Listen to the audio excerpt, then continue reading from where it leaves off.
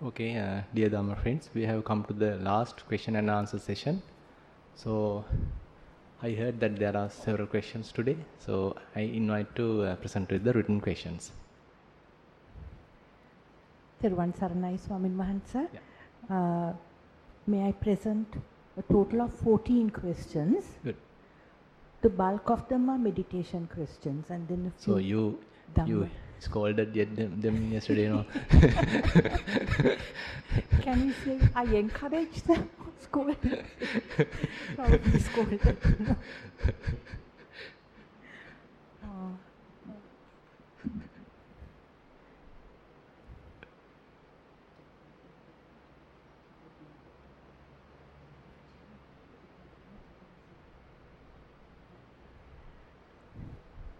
Most Venerable Bhante, this is an overall general report. Yeah. He's going to get my specs. Right. Okay. I can't read otherwise.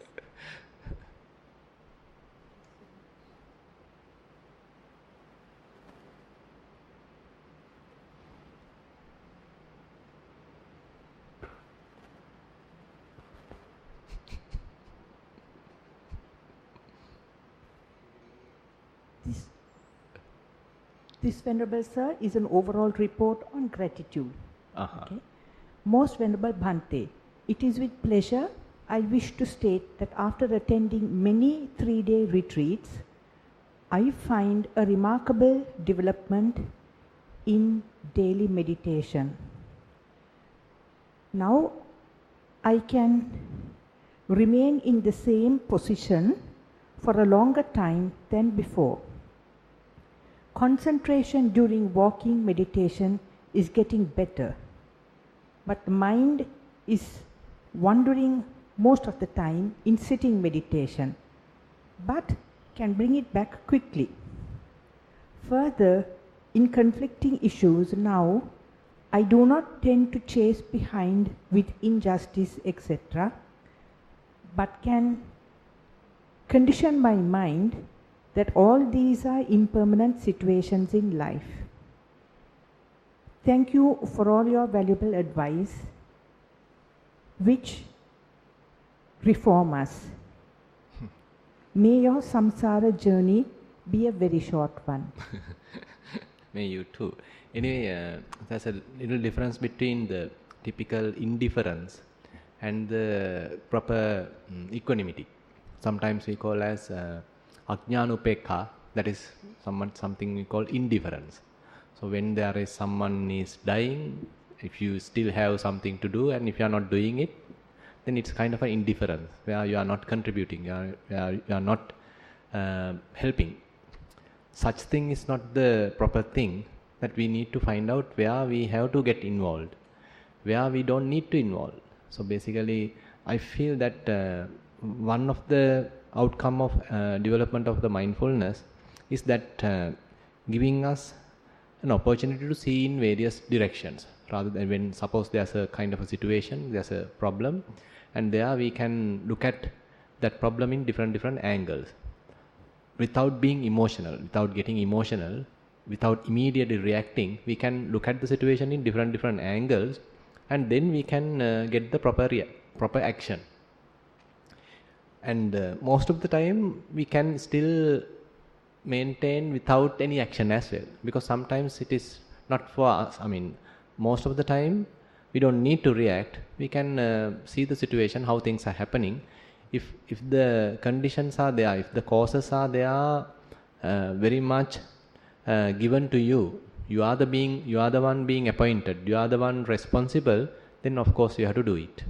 If not, then you can see the situation and without getting emotional, without getting angry or something like that, then you can properly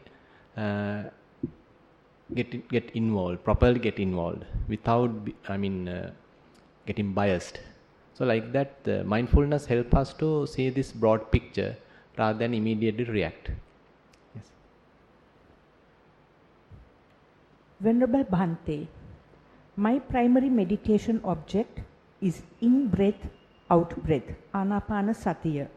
When I concentrate on in and out breath, After a little while, my body becomes calm. I do not feel my body or the outside sounds too do not become a disturbance. After a while, I feel the in-breath in 2 or 3 different parts. Out-breath is normally one straight one. Then my breathing becomes very soft and short. When the breath becomes subtle, I observe the thoughts that come and go. The first few are very prominent, but after a few, they just come and go. As if standing near a traffic light, they just pass. When I keep on observing the thoughts, they become lesser and lesser. I go into a blank space. Then later, I thought I have fallen asleep, but I know I have not. I just be like that, and after about 30 minutes, I open my eyes.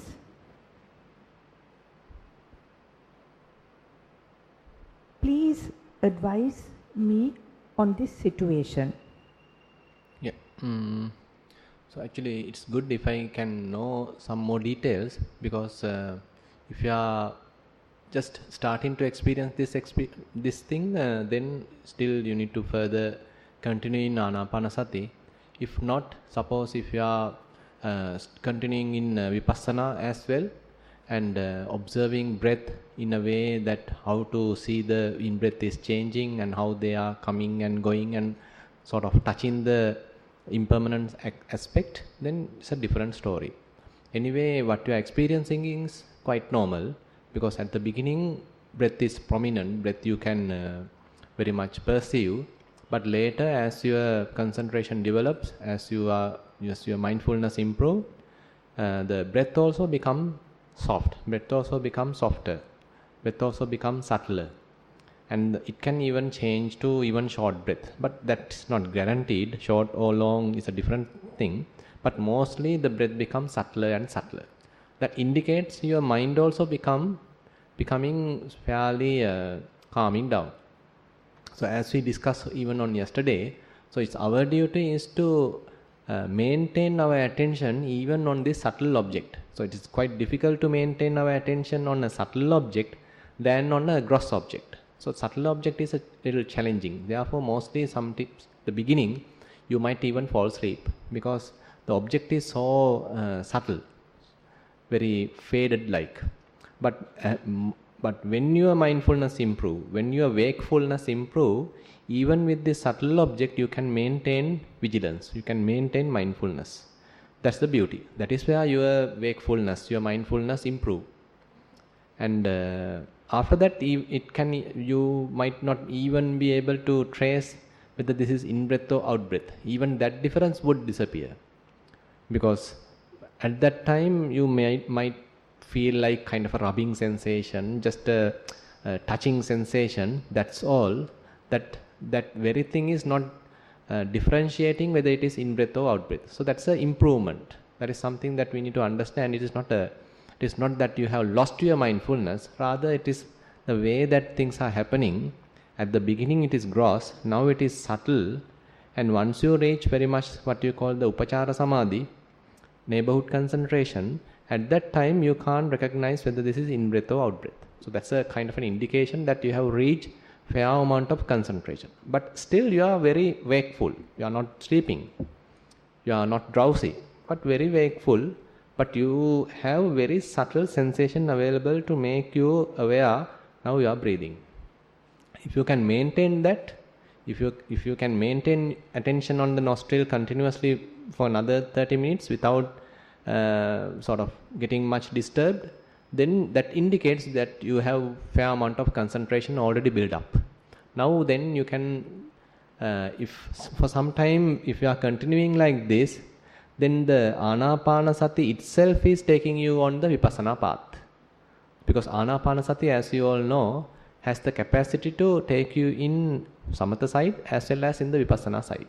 So naturally, if the situation happens in Anapanasati, that means after Kayanupassana part, if the Vedanaupassana parts naturally unfold, then it's a blessing. Otherwise, there are other techniques that you can turn to Vipassana, nothing to worry. But for some people, this once the breath calms down and you are simply sitting and very much calmness is available, then some kind of a lightness arising in the mind, kind of happiness arising in the mind, joy arising in the mind, rapture arising in the mind. So likewise, there are indications that the certain aspects of feelings arising in the mind. So that is where Buddha is telling, now we are getting to the Vedananupassana. So likewise, Anapanasati itself takes you to the Vipassana, other aspects of the Satipatthana. If not, suppose you are continuing Anapanasati for a considerable period of time, you can only reach some kind of a concentration and you feel like you are stagnating, just there for several months or years or something like that. Then you can simply, once you reach this concentration, rather than just staying with breath, now checking what you feel throughout your body. So then whatever the sensations available in your body becomes the new object. For now we are turning our attention to Dhatu Manasikara, directly into our attention to the Dhatu Manasikara, which we can say the beginning of the Vipassana. Because Anapanasati in this situation has helped you to develop concentration, and that developed concentration is now we are using to observe various phenomena. Either it may be element characteristics or maybe sensations or maybe feelings. So that is possible. So these options are available. So I don't know whether, if this answer clarified your question, it's all right. Otherwise you can raise your hand and come forward, please. Okay, clear. Okay, fine.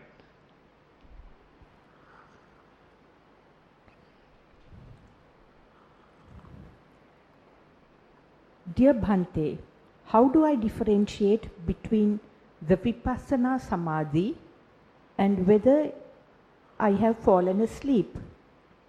Because when you are in a blank mindset, it's hard to identify what that state is.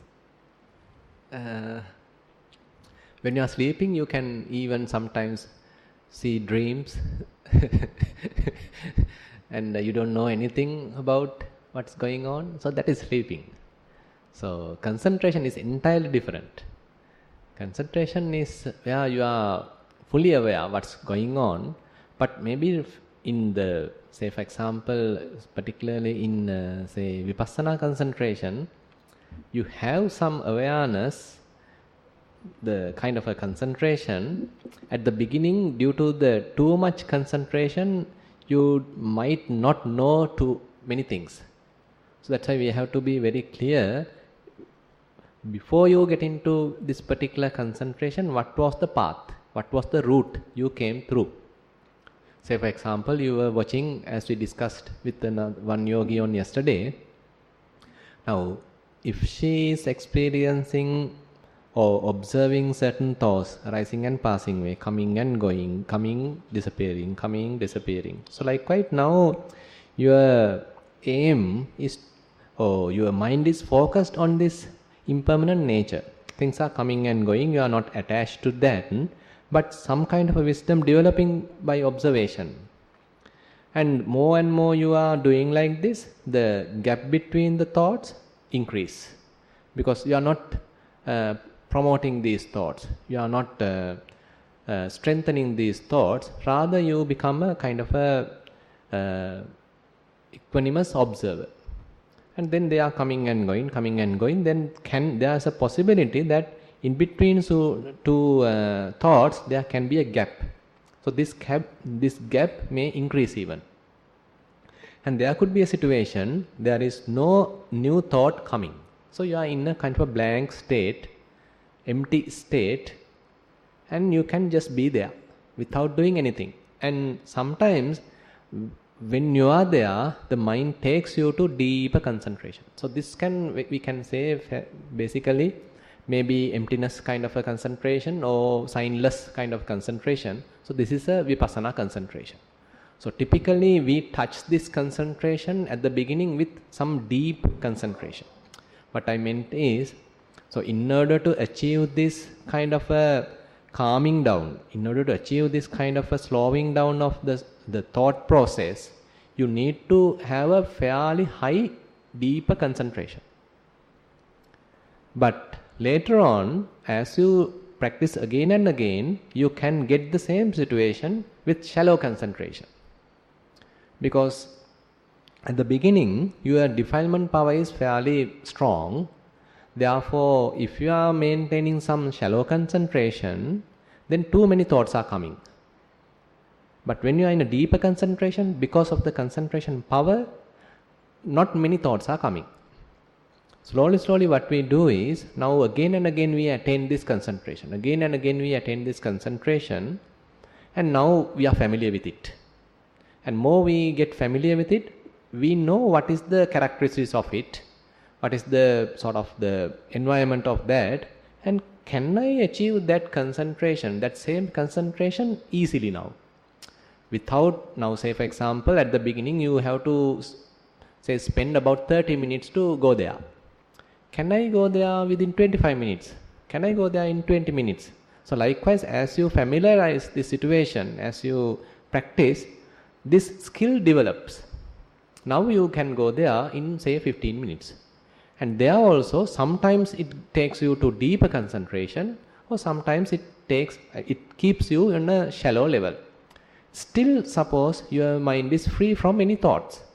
So that's an indication that for us to maintain this kind of concentration, there are different attributes, there are different causes.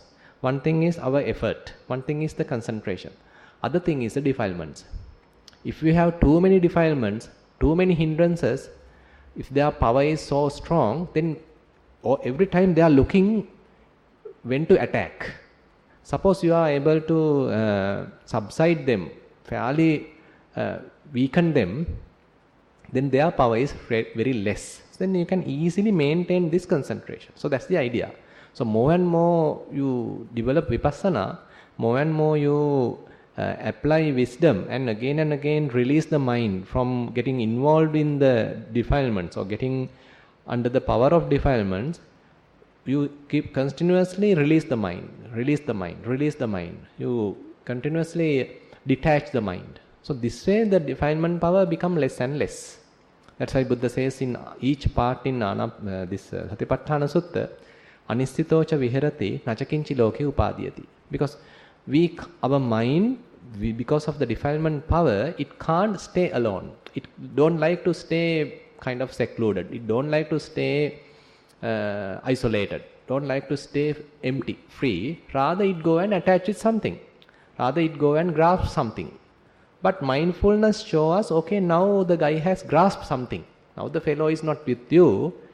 Has gone out. It is with this now. So at that time we should apply our wisdom and release the mind. Again it is coming back to you. Again emptiness. Again freedom. Again the fellow go and grasp something. Attach something. Again mindfulness will tell you, okay, now again the guy has gone out. Then again you release. You apply some method. Actually you don't need to struggle a lot when you come to a fair amount of high say mindfulness. So once you know that you are with another place, once you know that you are being attached to something, that very understanding helps you to come back. So mind returns back. So as and when you are practicing like this, so defilement power becomes less and less, because you are not strengthening that pattern. Our minds are working in different preconditioned patterns. So now we are not promoting those patterns. Now we are not encouraging those patterns. Rather we are releasing our mind continuously. Now it is started to come back to ourselves, starts to be with us. So at that time you can easily maintain these concentrations.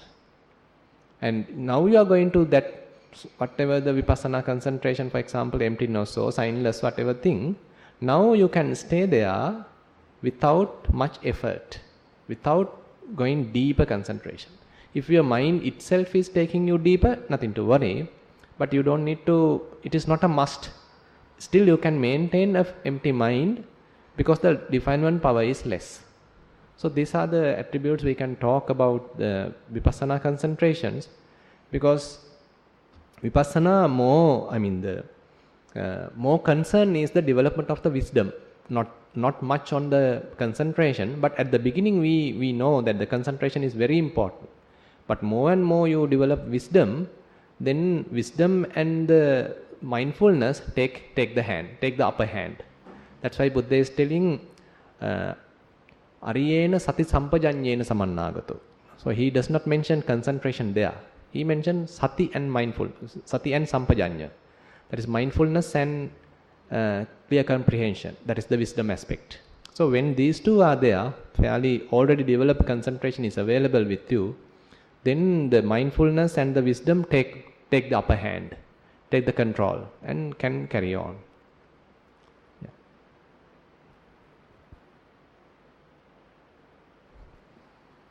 Dear Venerable Sir, my primary object is rising and falling of the abdomen. I observe my abdominal wall going up, and after a few seconds it goes down. Most of the time, both the rising and falling feel similar in length. Sometimes the rising is longer, the breath falls quickly. Sometimes I notice sensations like numbness on the cheek, my head feels tight, and sometimes my head feels warm. This morning I felt a shooting pain under the right lower rib. Because the pain was severe, I couldn't concentrate on the rising and falling of the abdomen, and I observed the pain for a few minutes. Then the pain disappeared. Then I returned to my primary object. After a few more minutes, the pain reappeared. Then I observed the pain again. This pattern repeated several times. I felt frustrated because I could not concentrate. I also often have thoughts when I meditate. I then proliferate. I only realize it after a few minutes. Please advise on what to do for A, the pain, and B, the thoughts, and C, on how to progress. Just continue. So you are doing well actually, but you are asking some kind of higher concentration, but it does not happen immediately. So if you are expecting concentration, that very expectation contributes to some kind of restlessness, because that is a burden. So you are doing something and you still, I couldn't go there, still it is not there, still it's not there. So it's a kind of burning expectation. So you're just doing it more relaxed, no competition, nothing to achieve. Whatever the things happen, you accept. So that is the approach of vipassana. There are no preferences, there are no goals as such. So you are just observing, you are just fully comprehending or fully embracing the present moment. It may be pain, it may be pleasure, it may be neutral. You are ready to fully embrace it.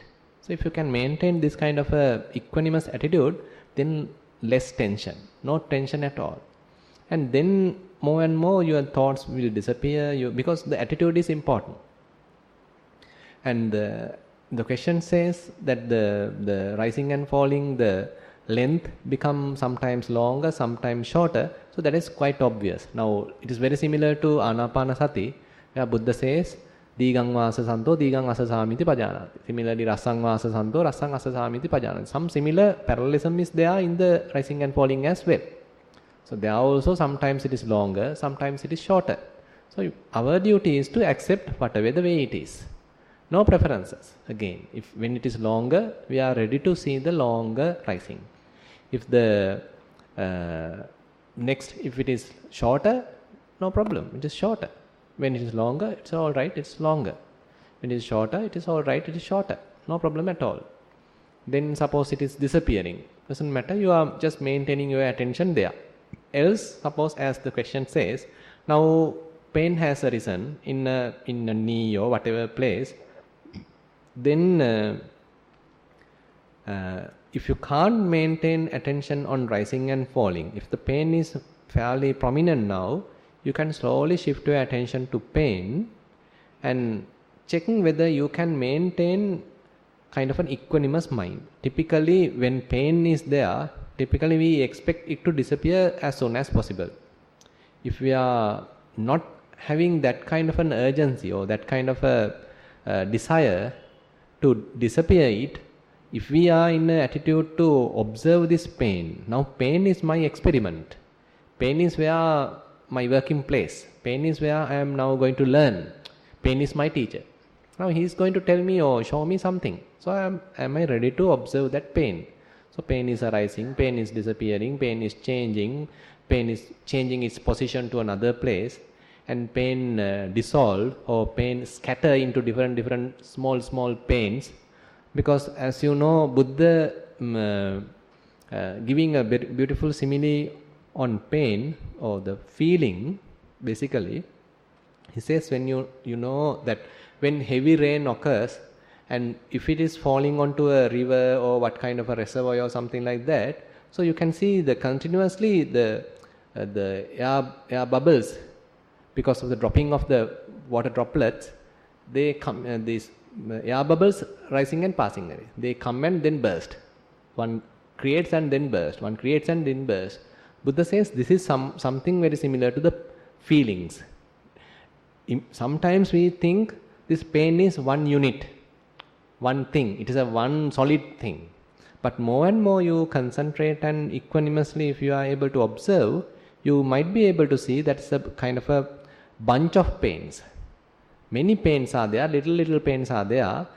Altogether we call them it's a pain. Altogether we call them a pleasure. But many pains are there, little pains are there accumulated in a particular region. So if the concentration is very sharp, if particularly the sampajanya, comprehension is very say sharp, then you can even understand now this pain is not one unit, it is not solid, it is not compact. Rather it is many pains available. Little pains are available. Each one arising and passing away. Each pain, little pain arising and passing. Another little pain arising and passing away. Then another place it is appearing, again disappearing, again appearing, again disappearing. It's a very, there's a kind of an information available there. If you have an attitude to look at it in that way, then pain becomes your working place. Pain becomes your teacher.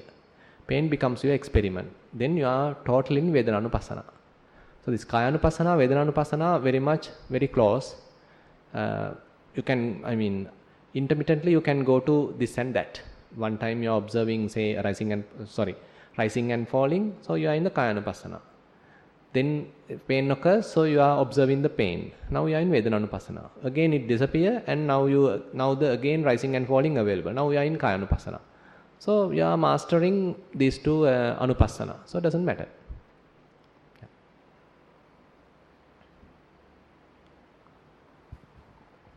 Reverend Bhante, I am able to meditate and reach a samadhi state in a few minutes in many occasions. I normally follow by first attempting to relax my body and then watch my breath. When I breathe in and out, I observe as follows. 1. Sometimes the in-breath is from one nostril and the out-breath is from the other nostril. Both observed at the base of the nostrils. 2. Sometimes both in-breath and out-breath are observed at the base of the same nostril. 3. Some breaths are long, some are short. 4. The in-breaths are cooler than the out-breaths. As I have been advised about 3 years ago, I still cling to the in and out breath sensations at the nostril, like a kudella or a leech. Usually, I see all states of the breath normally described, and quite quickly I am able to reach calmness in mind. I can stay in that way for quite some time, or sometimes ending and restarting the same practice several times in a meditation sitting. However, I do not see any light or anything other than feeling weightless or calmness. I may see rupa, lights where I attribute them to be my mere imaginations, which I am attempting to compare with my past ashrava.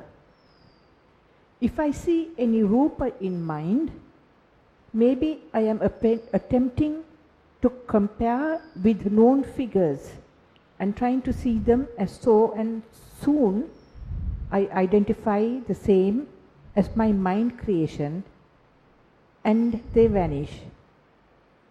Similarly, if it is a light, I can see it as some lights seen at a hotel, say like a chandelier, or a past scene firecracker display, and so on.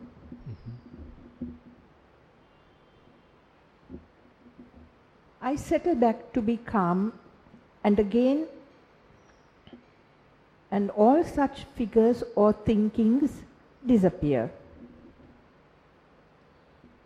Kindly advise me, 1, if I am wrong in my attempts, and correct me. 2, also please advise me on how to further develop my Anapanasati meditation. And 3, on how I should handle or respond to the lights and figures and thinking that comes during my sitting meditation. Yeah. So one thing is that when, say for example, it actually is common to most of the meditation objects, because when meditation object becomes subtler and subtler, so our consciousness, our mind cannot establish on this object very well. Therefore, what happens is, internally there are different signs already available in our data bank. So now that objects are taken in order to establish the mind, in order to establish the consciousness. Say for example, say you are continuing in Anapanasati and it becomes subtler and subtler. Now it's very difficult to maintain or keeping our attention, because very subtle object is available. Then automatically what happens is, start to get different images. Sometimes maybe positive images. Say you are seeing a Buddha image, maybe pagoda, maybe tree, what is that, Bodhi tree, or whatever, say someone you like to see, something like that, some different images in the positive side. On the other hand, there may be negative side as well, maybe skeleton, some already passed away relative, maybe a devil or something like that. So kind of another kind of images can happen, or even sounds can happen, even smells can happen. So all are in a way traps, because we are in a path where our meditation object, our primary object, is now becoming subtler and subtler, becoming very much like disappearing. At that time, mind is in a kind of a difficult situation where to establish, where to find a footing. So it is having its own mind created object. So this is where the perception is very tricky. So Buddha tells it very much like a mirage. So we think it is real, but it is not real. So we have to be careful in this region not to attach to this, or not to get trapped, not to get caught up with these situations. Rather, we understand, okay, this is just an image. This is just an image. This is just a sign. This is just a sanya. And once you are able to overcome that, again mind is calming down. And if you are able to go through this, then sometimes light can happen. This light is different from those kind of typical perceptions. There's a difference. Say for example, when you are seeing a Buddha image, or when you are seeing a, say, pagoda, or when you are seeing a skeleton, I mean seen. Seen by, now your eyes are closed, but still visible objects are there to your mind. So this is what I am referred as seeing. These are very much like mental creations, mental illusions. So those are the not what I am referring here. Kind of a light, as one yogi described on yesterday or day before yesterday, kind of a yellow color light happens. There is no image there. Just a kind of a lightness, not lightness, kind of a illumination. Like moon has, now you are in a dark room meditating, for example, but it appears like all of a sudden moon has arisen, or appears like someone has come and switched on the light. Someone has come, already the roof has taken out, the sunshine is coming, something like that. It is different, no? It is different than a typical image. It is not a Buddha image, or it is not a skeleton, or it is not a pagoda. It is a kind of a light. So this light is an indication of concentration. This is a result of concentration. Sometimes it is called as nimitta. Especially when you are involved in anapanasati, there is a possibility of getting this. It is a sign that you are reaching fair amount of concentration now. Nothing to worry. So just continue. Just continue in anapanasati, prepare the causes. Then this light becomes stronger, brighter and stable. If it is growing like that, if it is evolving into that direction, no problem, you are continuing. And then, as I said, even yesterday, now this light and your breathing become merged. Very much happens at the same place. You are like breathing into light and breathing coming from light, something like that. It can happen like that. So at that time, you are simply watching the breathing as well as you are watching the light as well. So now both objects have merged. It's a beautiful situation. Now mind is also very light, not heavy. Your body also light, not heavy. And you are in a very pleasant moment. And the breath becomes beautiful. And then you can simply discard breath and you can simply watch the light very gently. Very softly you are simply looking at the light. And as I said yesterday, at the beginning we were with the breath, which is a moving object. Now we are on light, which is a stationary object. In order to maintain our awareness, our mindfulness on stationary object, we need to have a fair amount of concentration. We need to have a fair amount of restraint. That we are now building up. Now we are, because of the practice, now we have that capacity. Now we are able to just look at this light without, getting distracted. Now we are simply watching it. And we have some light mind. We have some calmness. We have some not heavy, not burdened. Some kind of a joy, no hindrances. When the faculties have come to that proper balance, you can get absorbed to this light and what we call as absorptions, jhana, and you can be there. So those are the samatha concentrations. Those are available. So, what's the question?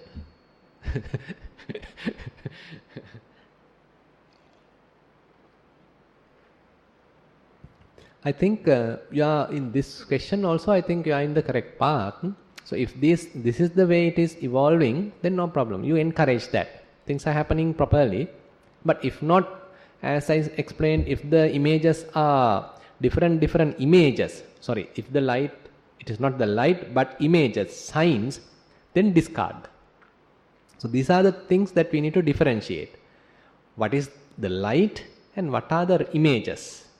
Images are the typical perceptions we have. Say, my mother, my father, my passed away grandfather, passed away grandmother. So these are images. If I see them through my meditation, those are images. But some kind of a light appears everywhere illuminated, that's a different story. That's an indication of concentration. These are the things that we need to distinguish. Yeah. I think the answer is clear, but yes. Anyway, if it is not clear, please feel free to ask. Yeah. The next question, Swami Mahan sir, I have put in out of place a Dhamma question. because it is by the same person whose question you just answered, and it will be easier for you. Right. Reverend Bhante, when I breathe in and out, I perceive that I am taking in some outside air. But I only get a feeling at the end of my nose.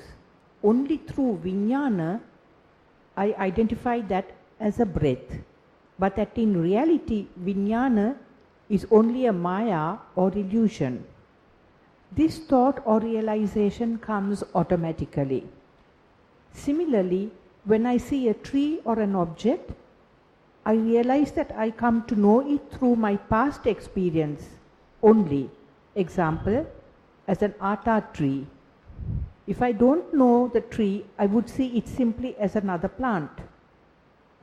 On this basis, I try to reject my imagination and thinking in order to achieve animitta. Please advise and correct me to put me on a correct understanding. Theruvan Saranai. Yeah, so let me add a few words to previous questions. That previous question was telling that sometimes the yogi is feeling sometimes breath on one nostril, another time the other nostril, sometimes on both nostril, like that. So those are quite normal. So please understand, those are quite normal, because when we are observing only these, we reveal. This is happening every time, but when we are paying close attention only, this phenomena are going to reveal. Now if we come to this question, so as we discussed, I think during the last Dhamma sermon, so if we start naming, so that is we are recognizing, that is we are finding out the little signs. So then the mind start to get involved.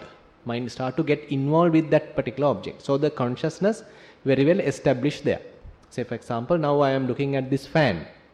Now I can see the RSL there. Now I can even see the different rings available. Now there are 4 buttons available. Then the stand available. Then the pedestal available. So likewise, I am now looking at different small features, small signs. Now my mind too involved in this object. So the consciousness is very well established there, established outside. Now suppose I am just looking without taking much, I have some blur idea about what it is. Of course I know it's a fan, but now I am not going too much detail into it. But rather I am just cutting it off like seeing. Ditte dittamattam bhavisati. Not allowing mind to proliferate on that.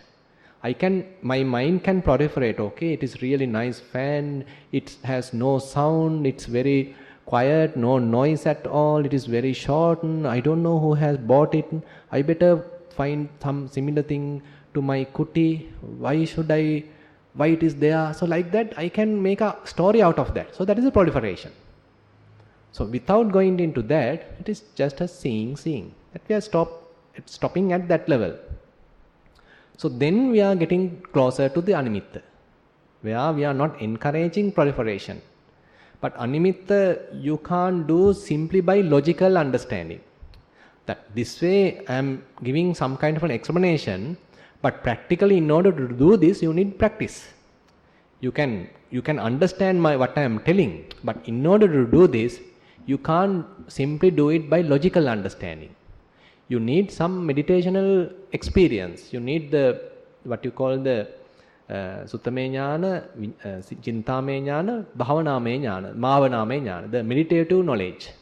Meditative experience, meditation experience is a must in order to come to Animitta, Sunyata, Apanita. These are, you can't simply take them just by reading books, just by listening, just by theoretical understanding, or just by rational knowledge. You can't get these things.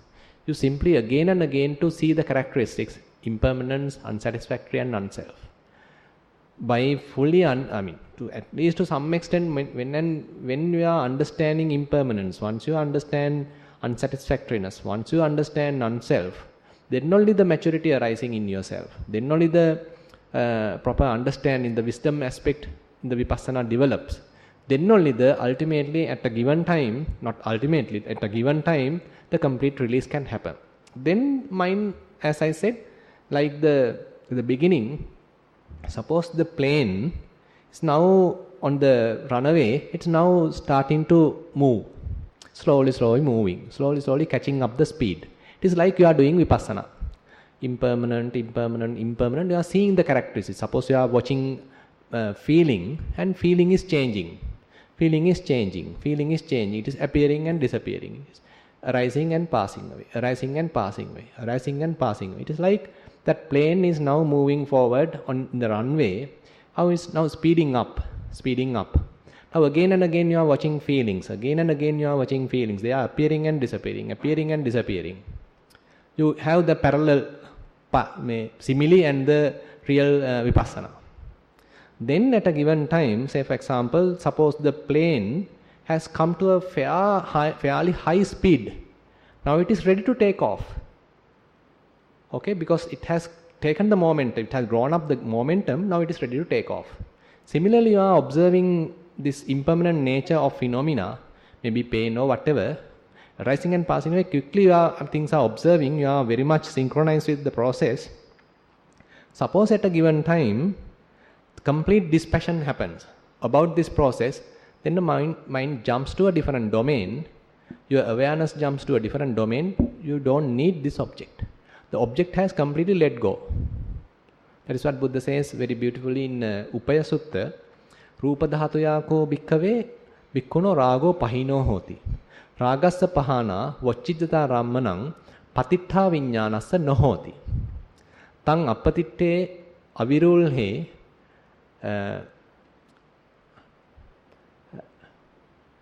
basically Rupa dhatuyako bhikkave bhikkhuno rago pahino hoti. Suppose he is now watching a particular characteristics of elements. Rupa dhatu is the the rupa, the form. So he is doing dhatu manasikara, for example, and he is watching certain solidity or stiffness or rising and falling or whatever the phenomena, whatever contributed to the four elements. He is constantly watching it. To that object, the rago pahino hoti. Now he is dispassionate about the process. He is simply watching. More and more watching has made him little separate from the process. He has now disengaged from the process. It appears like distant. This rising and falling occurs, but it appears like someone else's rising and falling. You are simply watching it in a distant place. Now the dispassion has arisen. Rago pahino hoti. Ragassa pahana vacchitata rammanam. When this dispassion comes to some extent, this object, this rising and falling object, cannot give the proper footing to the consciousness. Vacchitata rammanam means the arammana, the object, and your knowing mind just separate. The object somewhat breaks, like this link breaks. Then mind, like the plane take off, when the plane is taking off, it's losing its footing. The ground footing it loses. Similarly, the mind was attached to this process, the rupa dhatu, form, and that footing breaks. That footing let go, and mind become release, temporary release. And that is where you first time either getting into animitta or sunyata or appanihita, whatever. So then you are in a different domain, because no object right now. Typically we think every time mind needs object, but now in a different domain there is no object. It is possible, and that is how one needs to get into proper animitta, sunyata, appanihita. You can't do it without meditation. That's the bottom line. Yeah.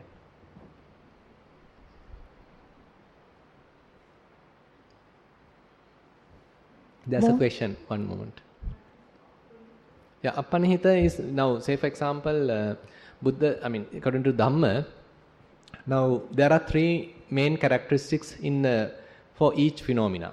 Anicca, dukkha, anatta. Anicca is the impermanence, dukkha is the unsatisfactoriness, anatta is the non-self. Anicca is the impermanent, changing nature, and the unsatisfactoriness is the dukkha, suffering part. Non-self is the anatta. There is no core in it, there is no essence in it, there is no self in it, there is no soul in it. There is nothing on, there is no internally any core into the process. That is the anatta. It means anatma. Anatma, yes, anatma. That means, Bhante, when I was doing meditation, first felt this dhatu very like big.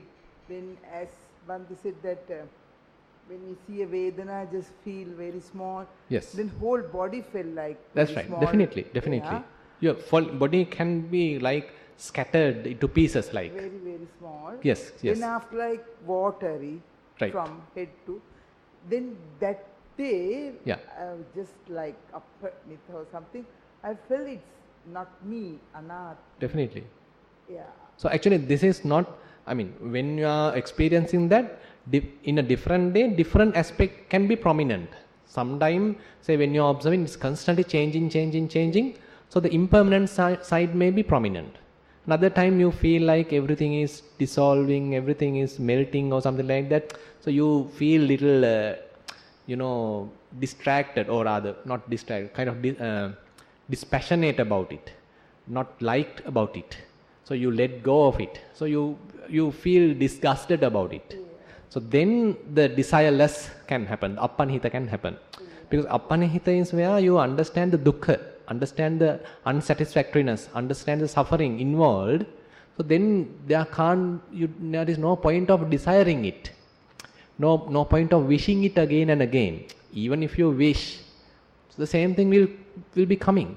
So what's there to wish? So you are going to kind of a wishless, kind of a desireless. There is no much hope about it. So you have given up. So then again mind release from this object. Ultimate result is your mind is released from the object. So this can happen according to Dhamma in 3 ways. When you are seeing the object is constantly arising and passing away, constantly changing, constantly become different, constantly impermanent, then you can't find signs. Now say something is rapidly changing, you can't figure out what is really going on. It's so fast, so rapid. Then you can't get the sign, then mind get released from that object because you can't find out. You can't see the real signs available there, then it is released from that object. It's called signless, where impermanence is the most predominant factor. On the other side, say this object is constantly changing, but not only that, but it is say kind of ugly or kind of loathsome, or giving some kind of a dispassion into your mind, kind of a disgusting feeling to your mind. So you don't like to attach to that more, and you are not wishing that again. You have no desire to it, and you like to be free from it. So you simply let go.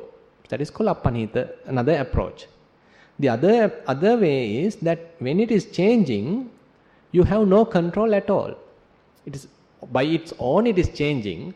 You have no control, and you simply watching it. That's all you can do. It is very much like someone else's process. There is no core in it. You have no governance in it. It's entirely cause and effect. So there you get into the non-self, sunyata. So according to Dhamma, when one sees impermanence prominently, he is getting into the signless. When one sees unsatisfactoriness prominently, he is going to the appanihita. When one sees the non-self prominently, significantly, then he is going to the sunyata. So these are the sort of the 3 characteristics, anicca, dukkha, anatta, leading you towards different doors. Yes, Bhante, after seeing all these things, I feel in me, I left many things about, it means not caring too much about myself, or the fashions and everything like gone, not coloring my hair, all these things, jewelry, everything I didn't want, but what now I can know, but I feel like I have mamattva. Yes. Still I have that one. Definitely. So that so it is slowly things are developing. So what at the beginning what happens is the compactness dissolve. At the beginning we think this body is me, is I am, I am so and so. We are giving so much importance to ourselves, so much importance to the body, to our figure, to our appearance and all these things. So because there's a compactness, we identify with the body. So that compactness, that identification now losing slowly. So that is the, typically Sakkaya Ditthi is where we identify with the body, where we identify with the perception, where we identify with the sankhara, formations, where we identify with the mind, consciousness. Say for example, say you are a learned person, for example, you have certain degrees or some skills or some, no, I am just giving an example. So some skills and all these things, and you sometimes people are telling, I am so and so, I earned this degree from this particular university, those are my colleagues, blah blah blah. So like that, they like to exaggerate that their perception. So the other earned science, the other earned knowledge, but they giving too importance to that, and with that they identify. So they think that I am that perception, I am that knowledge. And then another person has certain skills, so they are maybe very creative, kind of artistic, and all different skills are there. So they recognize based on that skill. So I am that, I am the one who made that. They identify with that. They get the patent for that. So like that, so they identify, recognize with that skill. That is the sankhara. So likewise, these 5 khandhas, one of them at a time we identify. So that is the Sakkaya Ditthi. More and more we identify, more and more Sakkaya Ditthi develops. The personality view, translated into English as personality view. So this is the way we create a self out of these Rupa, Vedana, Sanya, Sankhara, Vijnana. So Buddha says, when one identifies with Rupa, he is creating a self. So I am really beautiful, I am the beauty queen, I can contest to the next Aurdu Kumari. So like that, so you are developing a self out of your body, something like that. So then you have someone, me, I, self, built into your body. Similarly to perception, similar to the feeling, similarly to the formation, similar to the consciousness.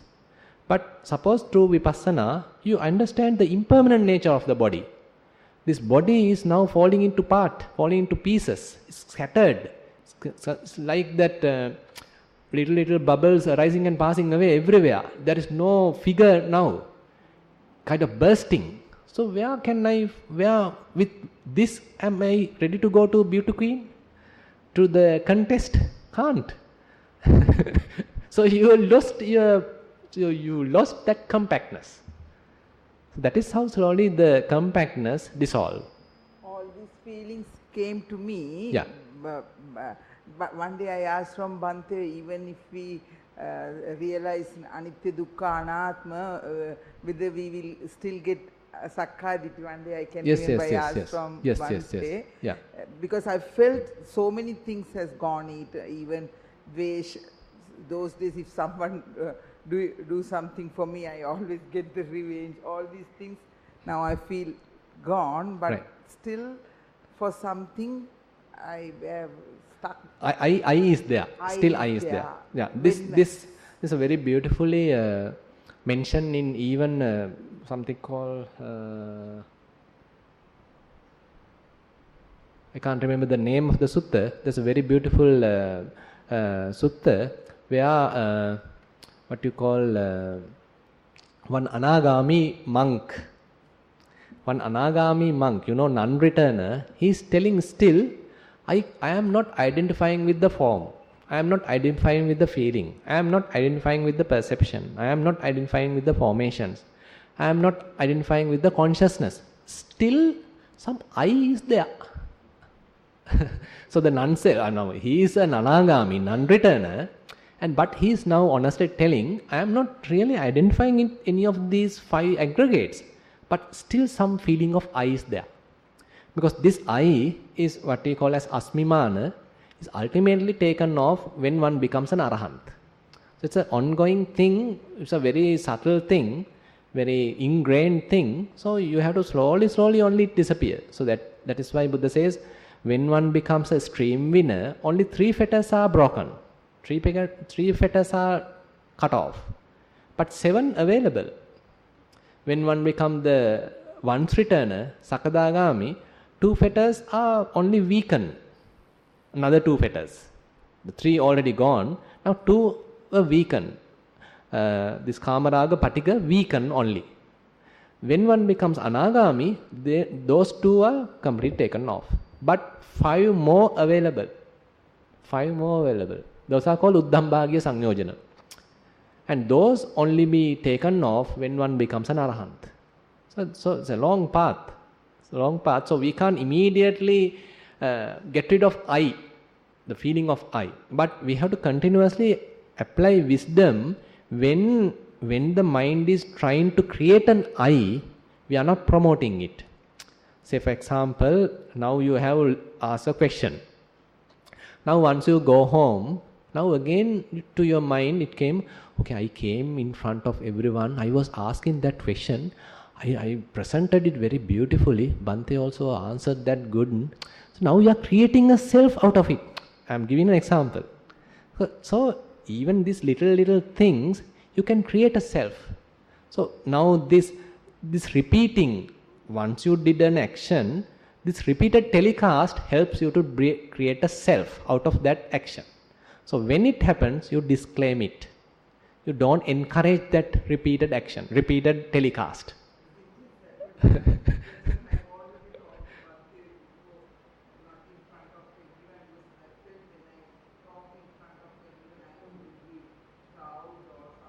Yes. Yeah, so basically, I mean, even it happened to me. Now say, now you all are putting me on a pedestal and respecting and all these things. Now what happened to me when I go back? So then I get the repeat telecast. Oh, I was answering that beautifully. Everyone was, inspired, and I did well. So the repeat telecast start. Then I should disclaim it. Otherwise, I am creating a self out of it. I am trying to create a person out of it. That is the mara. That is the defilements. Whatever the action we do, if it is repeating again, if the mind is creating a comment out of it, again, I mean, whatever it may be, it is not the bad action, it is a good action. You are doing a good action, I am doing a good proper action, but these kusala, even kusala, wholesome action helps to create a person. So that we have to discard, that we have to disclaim. Yeah, there one Sandra. Most Venerable Bhante, I start my meditation by sitting, relaxing my body, and then stating that here now I am. After noting a few breath movements, I see a blank space and I manage to get into a somewhat equanimous state of mind. Even then, there are thought moments that come and go, but I manage to sustain this state of mind for some time. During this period, there is a statements being said, but this is definitely not inner chatter. Please advise. May the triple gem bless you. Can you repeat the last part? There's a statement being said? During this period, there is a statements being said, being made. Sorry, Being made. Be made. But this is definitely not inner chatter. So what is the statement? I like to know. I'll repeat. I'll repeat the paragraph before that. This person is talking about after a few breath movements, I see a blank space and I manage to get into a somewhat equanimous state of mind. Even then, there are thought moments that come and go, but I manage to sustain this state of mind for some time, meaning the equanimous state of mind. During this period, there is a statement being made, but this is definitely not inner chatter. Please advise.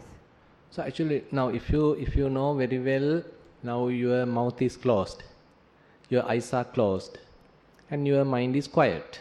As I said before, the possibility when the main meditation object disappear, kind of dissolve, is that now the mind cannot, or the consciousness cannot establish very well. Now it is getting its already available, pre-created, pre-stored objects.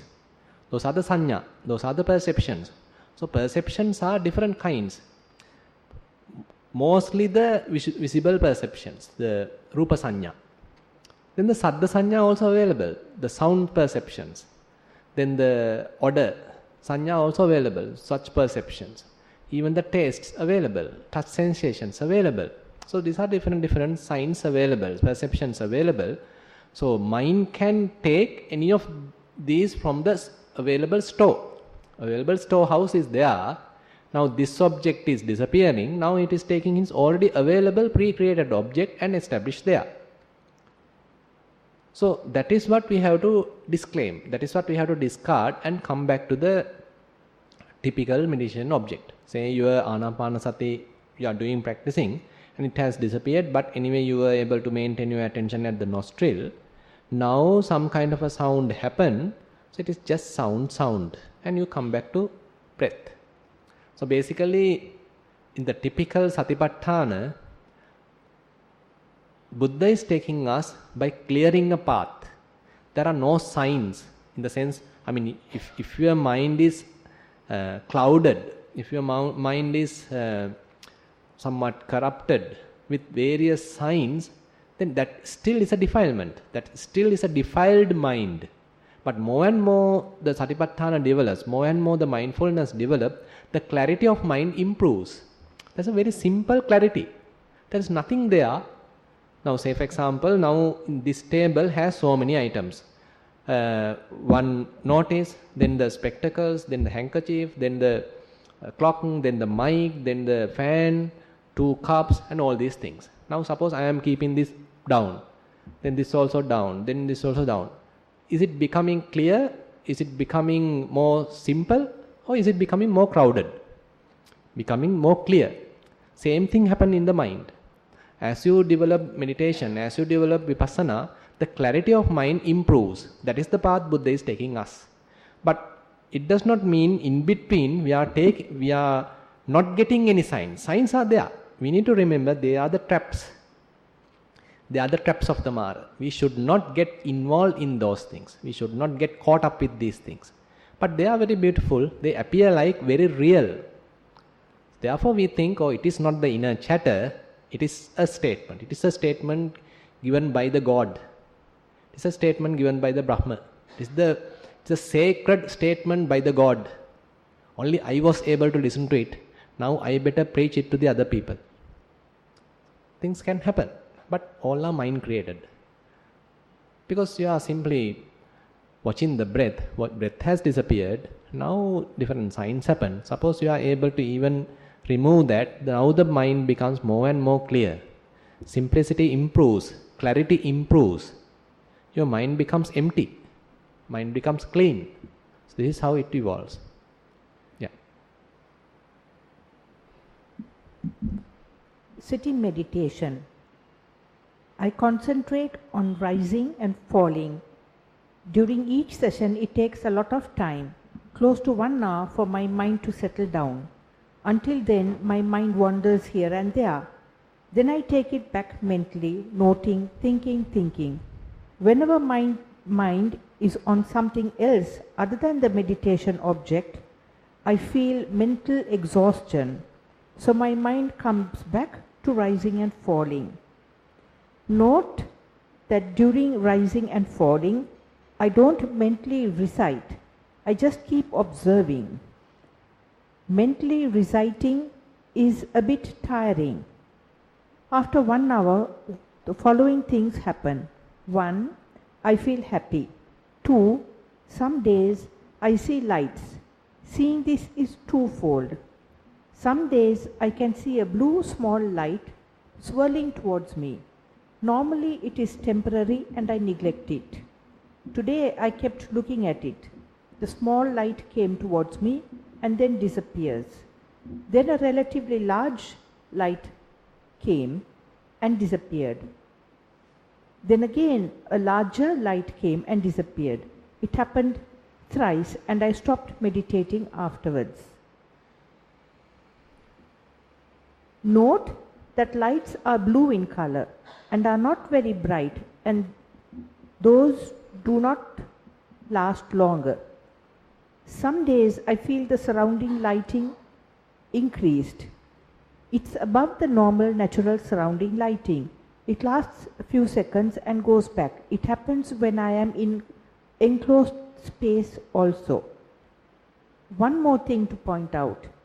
I do Buddhanusati, Metta and Marananusati time to time between rising and falling meditation sessions, as it helps to keep my faith, happiness and energy. Hope there is no harm in that. Venerable Bhante, if there is any advice for me, I will be grateful. May you attain supreme bliss of Nibbana in this very life. Good. So one thing is that if you are able to very well establish on mindfulness on rising and falling, give more prominence to that. If you are introducing Buddhanusati, Marananusati and Metta, when this object becomes subtler, then you are going back to a gross object. Because as you know, when your mindfulness improve, this rising and falling becomes subtler and subtler. Naturally it has become subtler and subtler, and at that time if you introduce any of these kind of mental activity, Metta, Buddhanusati or Asubha, whatever thing, then this process now discontinued. Again mind become gross. So that is not encouraged. But on the other hand, say for example, you are rising and this observing rising and falling, but you feel a little tired. It is still visible. You feel you are tired or feeling sort of lazy. At that time you can introduce Buddhanusati. At that time you can introduce Metta. At that time you can introduce Marananusati, so that you get again the faith. You can again the kind of happiness, lightness of the mind. Again you get recharge, something like that. Then again come back to this. That's all right. And another, what's the other question? Some other thing. Other than that, I think you are doing well. Can you repeat the first? One more thing to point out. I do that I answered. Venerable Bhante, is there any other advice for me? I will be grateful. Can you repeat the first part? Sit in meditation. Blue color. Right. So that's another point. Yes, I think that is also already answered. So the lights can appear as I said. So at the beginning, please don't look at them, because if you look at them, then they disappear, because you discontinue the causes. Rather, you look at the result. So at the beginning, so don't look at them. Just continue with the rising and falling, or the typically the Anapanasati. Anapanasati is the one most contributing to this lights, and then when it is improving, this light can even be bright and can even change to some other colors. Yeah, I think we discussed that fair enough.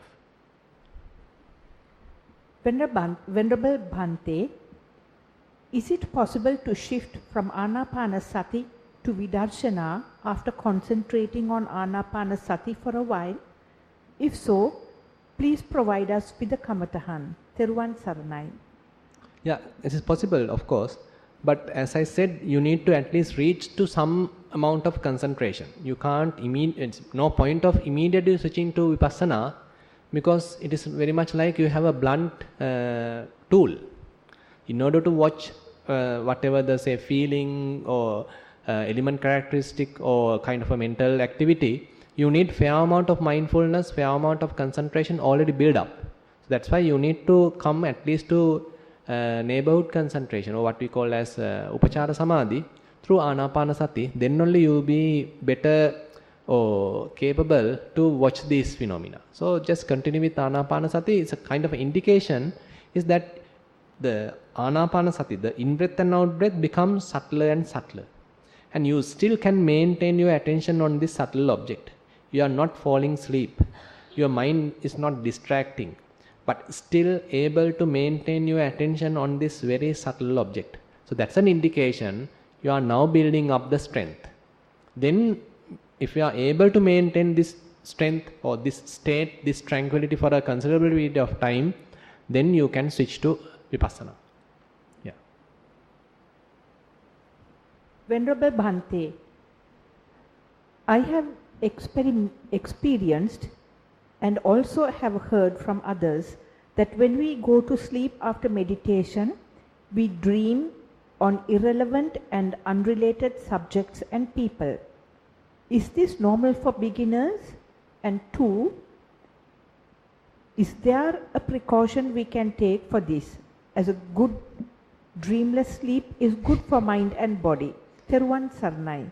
I think you can practice metta. Another meditation, by the way. So metta, Buddha is telling in Metta Nisansa Tutta, Mettaya bhikkave bhavita bahuli kata yani kata vattu kata, like that. So you get the 11 benefits. Mettaya bhikkave bhavita bahuli kata dasani sansa eka dasani sansa patikanka sukhang supati sukham patibunjati na papakang supinam passati. That's the point. Na papakang supinam passati. That means you are not seeing any dangerous or some frightening dreams as a result of metta. And again you can go to bed well, sukham supati, and you can sleep well, sukham patipunjati, you can wake up well. Na papakang supinam passati, you may not see bad dreams, but maybe a very enjoyable dream maybe. So nothing to worry, but I mean, we can't come up with a rule that the meditation disturbs the or builds up certain dreams. There is no such rule as such. Dreams may occur due to various other causes, various other reasons. You can't attribute that to meditation.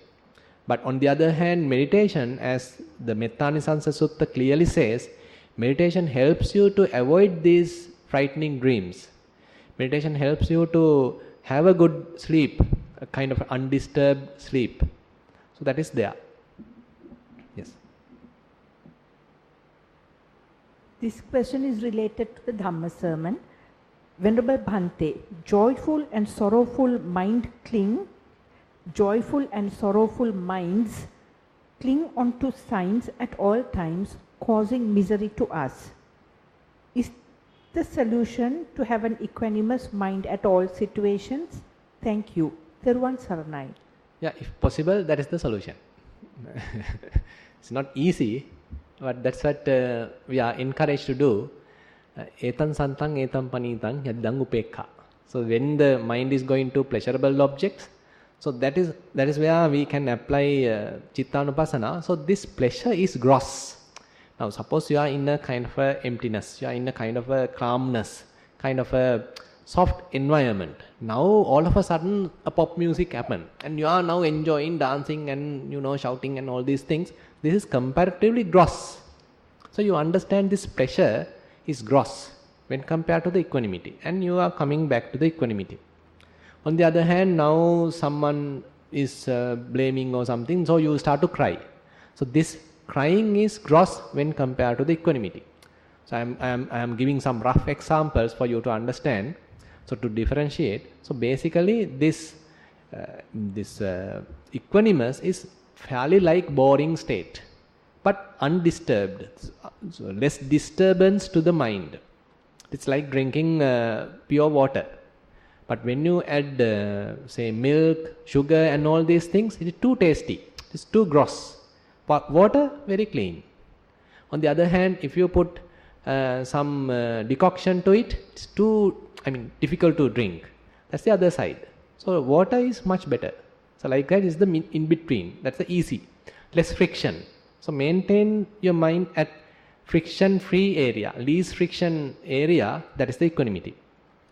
So it does not mean that typically if someone is getting some pleasurable thing, immediately if you smile or something, that we can't avoid. That's all right. But we are not going after it. That is what we have to try.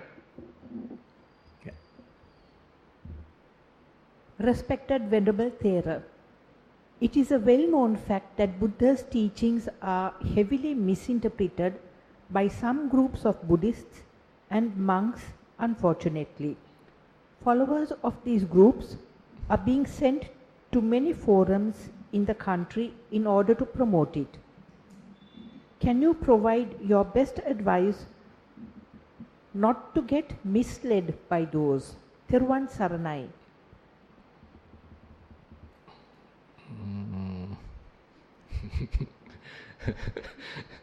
You are trying to catch me.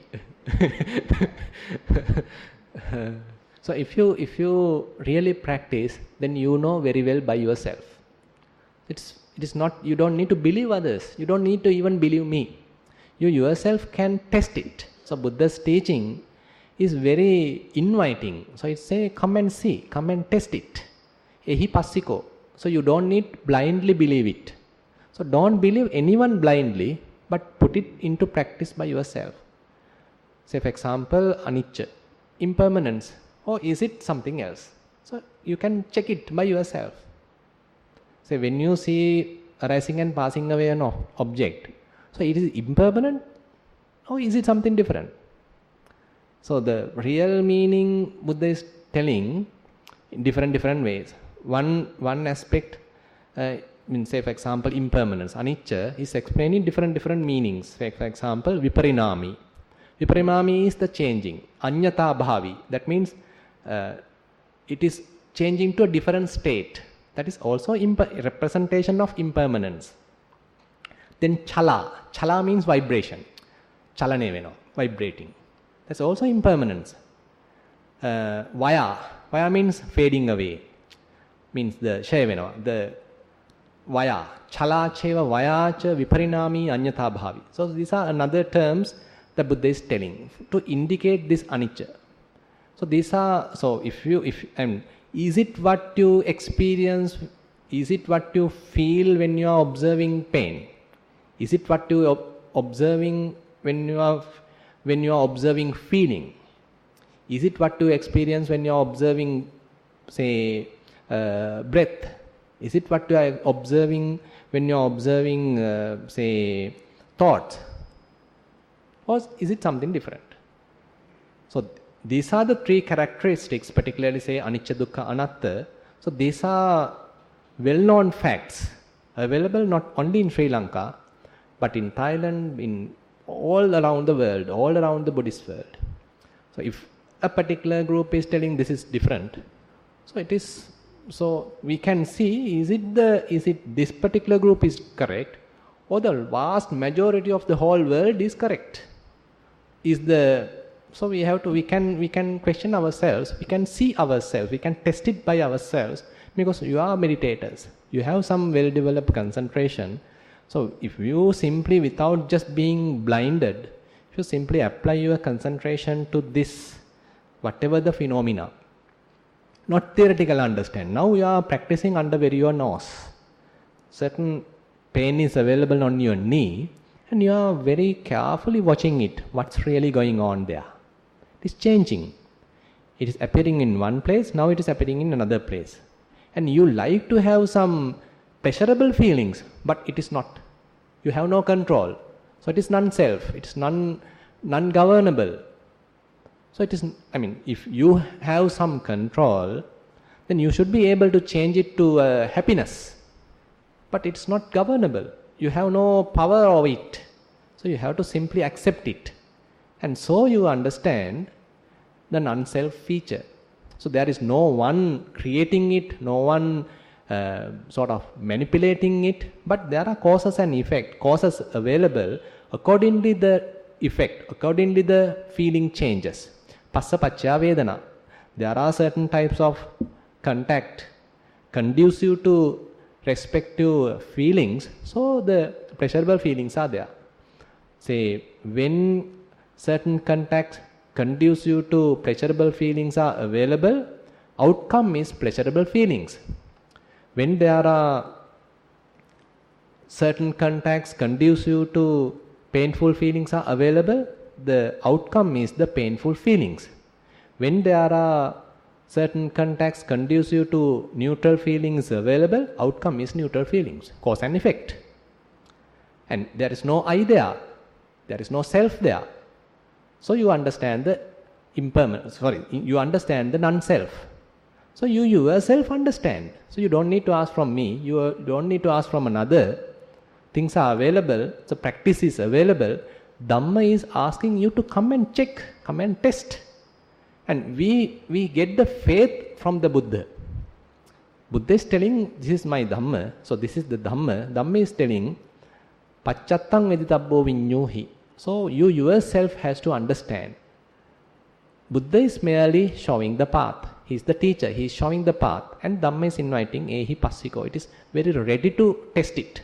It's very ready, there is no any kind of fear for the real Dhamma, because it is, or any time it is testable. You can take it and you can put it into any kind of very hard testing. Outcome is the real Dhamma. So you yourself can test it and see whether these three characteristics, impermanent, suffering and non-self, can we change that? Can we give different interpretations to them? It's very difficult. So this is what you see. And again, impermanent nature has later described in 5 ways. Later described in 10 ways. And suffering nature later described in 25 ways. And the non-self nature later described in another 5 ways. Altogether it's called 40 ways altogether described. That's called Maha Chattalisakara Vipassana. But at the beginning Buddha explained mainly these 3. But these are Maha Chattalisakara, the 40 ways of Vipassana, is a sort of explanation, broadening of these 3 characteristics. So anyway, so likewise we ourselves can test the real Dhamma, and then you don't need to blindly believe anyone. Yeah. Venerable Bhante, I think I am so fortunate to come to Kalalgoda Vipassana Center and listen to Oba Bhanse's preaching. I feel as if I have met Arahat Sariputta Mahathera. I consider this opportunity as a big perapina, Maha Perapinak Desa. I'm not very experienced in meditation, as I fall asleep very often with Anapanasati meditation. I was advised to keep eyes partly open. Long before I heard about rise and fall of abdomen, I felt movements of my chest wall and the feeling of breath. It wasn't upper. This question came at the very end, Venerable Sai. I didn't have time to read it. I felt movements of my chest wall and abdomen with my breath much better than the feeling of breath. Wasn't upper something. Okay. Yeah. I felt shy to discuss this, as I have not heard of this method until one day I read a book by Most Reverend Renukane Mahanahimi. Yeah. Now when I keep eyes partly open and look down with flexed neck, I can see the movement of chest wall and abdominal wall. I don't fall asleep too. Is it correct to continue this method? Reverend Bhante, I have never experienced any visual objects, lights, darkness when I meditate with my eyes closed or open. I think it is a fear I have to see these things for a very good reason. I think my brain must be denying or not accepting which may be visible, as I have a fear these are visual hallucinations. I wish to attain supreme bliss of Nibbana. By the way, I like to attain Buddhu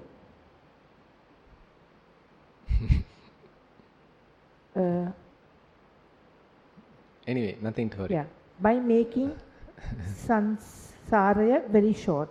Good. Theruvan Saranai. Yeah, actually, sometimes there are such techniques. If at the beginning, if the rising and falling is not evident, sometimes teachers are even advising to keep your hand on rising and fall, on your abdomen, and just close your eyes and see the hand is felt by this movement, so that you understand there's a kind of a movement happening, changing happening, a kind of a slight movement happen in the forward and backward direction. So you get the feeling. Then you slowly remove the hand and then get that feeling or connect to that feeling. That is sometimes can possible. Now, as this yogi is explained, now he is simply bent with bent eyes. He is now watching it is going up and down.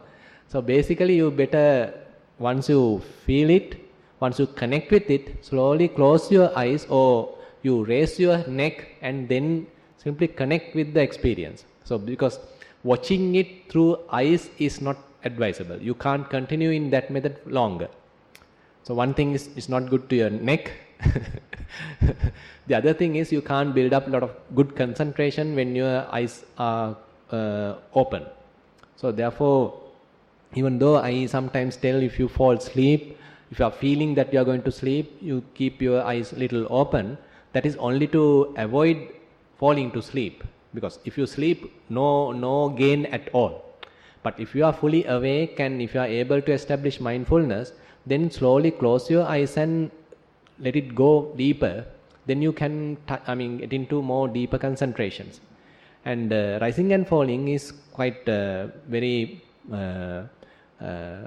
positive object or very widely used object, meditation object, and it takes you to deeper and deeper vipassana understandings, and it's a very good meditation object.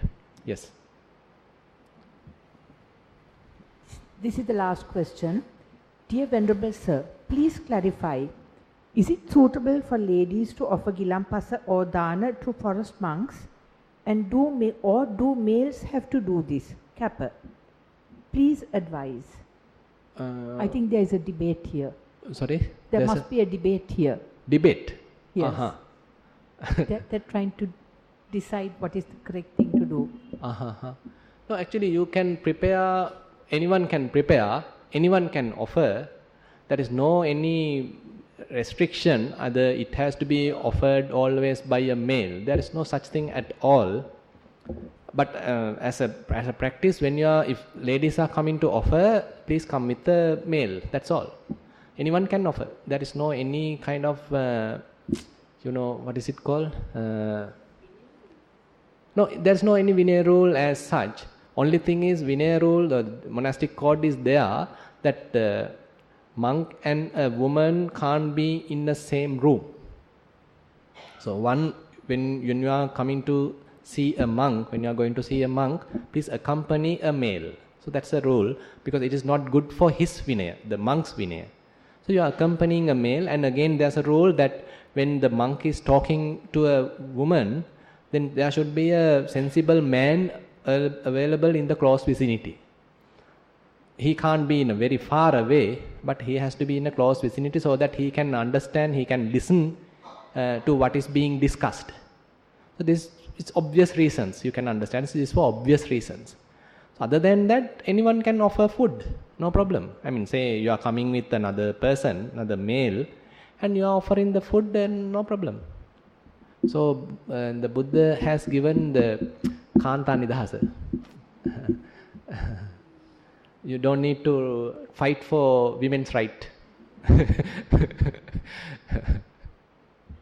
Much merit to you, Yeah, Venerable Sir. yeah. That was the last question. Good, good. I think no more questions. No, that I don't know. Yes. So then we have come to the conclusion of today's retreat. So is our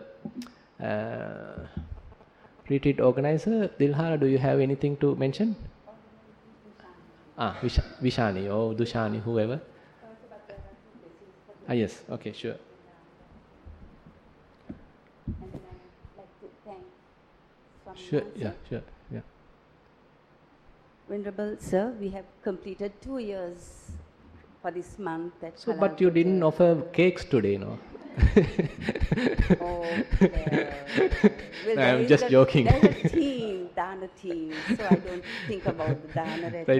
Right. Yes, so anyway, thank you so much for being with us, supporting us right from the beginning, and for conducting the Q&A patiently and all the Dhamma Devasanas, and especially this time, I mean, the path that we are trying to follow. Thank you. And also I would like to thank Podi Hamudru and Asachi Hamudru for allowing us to use these facilities, never hesitating to give us their support. And to Nishanti, the retreat organizer, Lakshmi, who did the Q&A, thank you. They have been here right from the beginning. I think Lakshmi, who did the first Q&A as well, 2 years ago. Ah, Yeah. so you are marking the 2 years for Q&A. Yes. And my thanks go out to Savanti and Iromi for continuously taking on the difficult part of Dana, organizing the menus and everything else. And in this retreat, those who helped out with the Gilan Pasa, thank you all. And before preparing a retreat, we have a lot of work going on here, and there's several of them who will come here to clean up the place and set up the place for all the yogis to come here and to make it easy for them all. So thank you all of them. Too many names to mention, but today Anuma is here. Thank you. And Samara Singher and Kumara, the caretaker, plays an invaluable role, and I'm grateful for all their services as well. And also a very special thank you to all the seen and unseen beings for giving us protection to perpetuate the Dhamma. And a quick reminder to please clear all the kuti bins, clear the lockers, placing the keys in the designated places. And I'm sorry having to say this over the mic. The last person to use the showers, please clean the gullies, because sometimes it's not cleaned. Anyway, I hope you got the maximum out of this retreat and enjoyed your stay as much as I did. Wishing you progress in the path, wishing you the very best for the future. Thero Nissarana. Thank you, Swami Hansa. Okay, yeah, I like to give a special note that the sharing of merits. Breakfast dana was offered by Vajira Vitanage, lunch dana by Dirukshi Rodrigo. So if they have any kind of a particular wish, noble wish, may such wishes may come true. So we are completing now 3 days meditation retreat, and we all were able to accumulate a lot of merits. Let's share these all merits with all the past devil relatives, with all the celestial beings, with all the beings who are in need of merits. May these merits help us also to understand Buddha's teaching and to be free from suffering. While keeping these good wishes in our mind, let's recite the traditional verses. Ittavataca amhehi sambatang punya sampadang sabbe deva anumodantu sabba sampatti siddhya. Ittavataca amhehi sambatang punya sampadang sabbe bhuta anumodantu sabba sampatti siddhya. Ittavataca amhehi sambatang punya sampadang sabbe satta anumodantu sabba sampatti siddhya. Akasattha ca bummatta deva naga mahiddika punyantang anumoditva chirang rakkhantu sasanang. Akasattha ca bummatta deva naga mahiddika punyantang anumoditva chirang rakkhantu desanang. Akasattha ca bummatta deva naga mahiddika පුඤ්ඤන්තං අනුමෝදිත්වා චිරං රක්ඛන්තු මම් පරං ඉදං වෝ ඥාතීනං හෝතු සුඛිතා හොන්තු ඥාතයෝ ඉදං වෝ ඥාතීනං හෝතු සුඛිතා හොන්තු ඥාතයෝ ඉදං වෝ ඥාතීනං හෝතු සුඛිතා හොන්තු ඥාතයෝ ඉමිනා පුඤ්ඤ කම්මේන මාමේ බාල සමාගමෝ සතං සමාගමෝ හෝතු යාව නිබ්බාන පත්තියා ඉමිනා පුඤ්ඤ කම්මේන මාමේ බාල සමාගමෝ සතං සමාගමෝ හෝතු යාව නිබ්බාන පත්තියා ඉමිනා පුඤ්ඤ කම්මේන මාමේ බාල සමාගමෝ සතං සමාගමෝ හෝතු යාව නිබ්බාන පත්තියා සාදු සාදු සාදු